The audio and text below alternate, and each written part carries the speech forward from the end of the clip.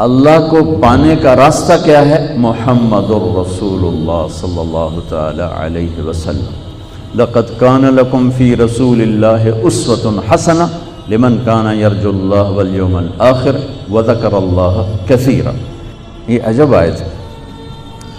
اس کا ترجمہ تو عام طور پہ کرتے ہیں کہ تمہارے لیے میرے نبی کی زندگی بہترین نمونہ ہے، یہ بھی ٹھیک ہے، لیکن اسوہ ہے اساس سے، تو اس سے ایک لفظ اسوہ بنتا ہے جس میں نمونے کا مطلب بھی ہے، اور جب اس کی اصل میں جاتے ہیں اسا، تو اسا کا مطلب ہے غم کی تسلی، غم کی تسلی۔ آج پوری دنیا جو دکھوں میں اور غموں میں ہے، تو میرا اللہ پیغام دے رہا ہے میرے نبی کی زندگی اختیار کرو، اللہ تمہارے سارے غم دور کر دے گا۔ پیسہ آنے سے دور نہیں ہوتے، بہت بڑا تم فرید صاحب کی طرح وی سی بن جاؤ، اس سے دکھ درد دور نہیں ہوتے۔ یہ اللہ کے رسول کے در پر جھکنے سے کیا خوبصورت ہے۔ لقد بات ہے یہی اور ہے ہی نہیں، لقد کان لکم، اور اللہ تعالیٰ کہہ رہا ہے یہ صرف تمہارے لیے میں کہہ رہا ہوں، اسپیشل تمہیں کہہ رہا ہوں کہ میرے نبی کی زندگی اپناؤ، تمہارے غموں کی تسلی، لفظ اسوہ، تمہارے غموں کی تسلی، تمہارے دکھ درد دور ہوں، کیونکہ جب تم میرے نبی کے طریقے پر آؤ گے میں تم سے پیار کروں گا، اور جب میں تم سے پیار کروں گا تو تمہارے راستے کھولوں گا۔ حسنتن، حسنتن، انسان خوبصورتی کو پسند کرتا ہے، حسن پرست ہے اور خوبصورتی کی طرف کھنچتا ہے۔ معصوم بچے کو بھی مسکرا کے دیکھو تو وہ بھی مسکراتا ہے، آنکھیں دکھاؤ تو وہ روتا ہے۔ انسان کے اندر حسن پرستی ہے، تو باقی ہر حسن زائل ہو جاتا ہے، میرے نبی کے زندگی والا حسن ہمیشہ بڑھتا رہتا ہے۔ تو اسوۃ حسنۃ، تمہارے لیے میرے نبی کی زندگی سب سے خوبصورت نمونہ ہے۔ اس لیے اللہ نے اپنے حبیب کو بنایا بھی خوبصورت۔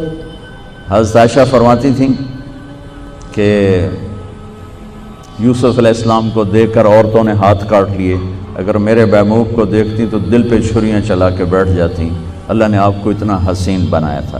اللہ تک پہنچنے کا ذریعہ ہے جناب رسول اللہ صلی اللہ تعالی علیہ وسلم، اور اللہ تک جانے کا راستہ ہی کوئی نہیں۔ لو استفتحونی کل باب وجاؤنی من کل طریق لا افتح علیہم الا ان یکونوا وراءک۔ اللہ تعالیٰ نے فرمایا میرے نبی آپ اعلان کریں، یہ حدیث قدسی ہے کہ آپ کے بعد اب مجھ تک آنے کا ہر راستہ بند ہے، ہر دروازہ بند ہے، کوئی آپ کے رب کے پاس نہیں پہنچ سکتا جب تک آپ کے پیچھے نہ آئے۔ اور اللہ کو راضی کرنے پر ہی ہماری زندگی کی تکمیل اور کامیابی ہے۔ اگر اللہ کو کھو دیا تو سب کچھ کھو دیا۔ یا ابن آدم اطلبنی تجدنی، میرے بندے جو مرضی کام کرنا ہے کر، پر میری طلب میں رہ، میری تلاش میں رہ۔ فإن وجدتنی وجدت کل شیء، اگر تو نے مجھے پا لیا تو نے سب کچھ پا لیا۔ وإن فتنی فاتک کل شیء، اگر تو نے مجھے کھو دیا تو تم نے سب کچھ کھو دیا۔ وأنا خیر لک من کل شیء، اور میں تیرے لیے ہر چیز سے بہتر ہوں۔ ورضوان من اللہ اکبر، اور اللہ کا راضی ہو جانا سب سے بڑی دولت۔ یا ابن آدم لی علیک فریضہ ولک علی رزق، میرے بندے ایک کام میرے ذمہ ہے تجھے روٹی کھلانا، ایک کام تیرے ذمہ ہے اپنے رب کی اطاعت کر کے چلنا۔ یہ اللہ کو پا لینا ہماری معراج ہے، ہماری کامیابی ہے، ہمارا آنے کا مقصد پورا ہو گیا۔ اللہ کو کھو کر گم کر کے کسی نے کچھ نہیں پایا، وہ ساری دنیا کا مالک بن جائے، بادشاہ بن جائے۔